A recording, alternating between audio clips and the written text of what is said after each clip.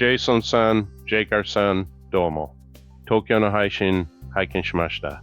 拍手のご指導、最高でしたね。思い切り叩いて、ピタッと止める。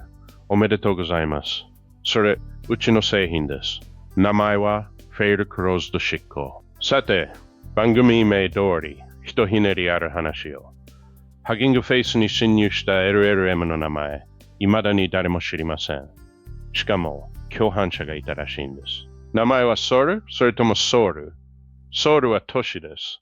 容疑者が急に韓国へ引っ越しました。サン、それともソン、カタカナにすると、どちらもサン。しかも日本では全員にサンがつきます。ソウルさん、ソウルさん、サンさん、ソンさん。ソンさん、ソフトバンクさん、御社の案件ですか？これは人工知能ではありません。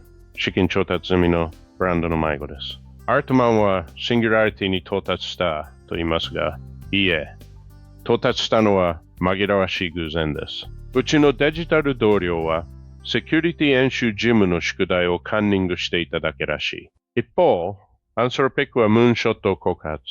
日本のムーンショットは内閣府のプログラムですから、容疑者リストに政府が参戦しました。アリババは空きゴマと言っています。ミニマックス、クロードのフェイブル5を約5万件の偽アカウントで興行上流しました。それはもう上流ではありません。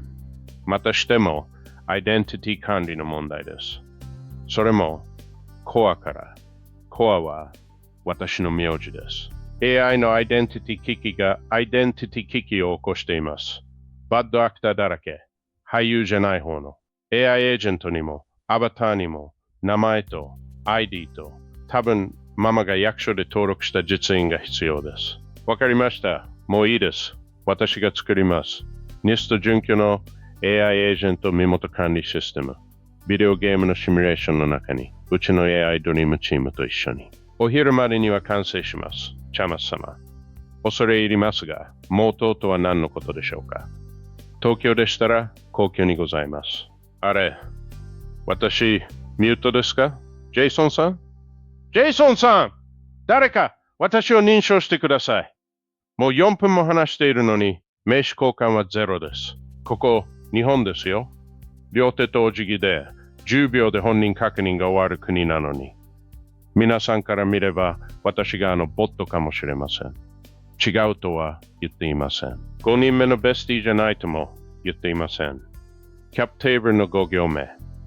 実印の名前はマクラビン。I'm a Rabbit。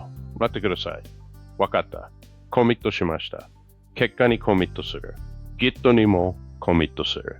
シンギュラリティはただのカンニングペーパーかもしれません。ちなみにカンニングは和製英語です。英語のふりをした日本語。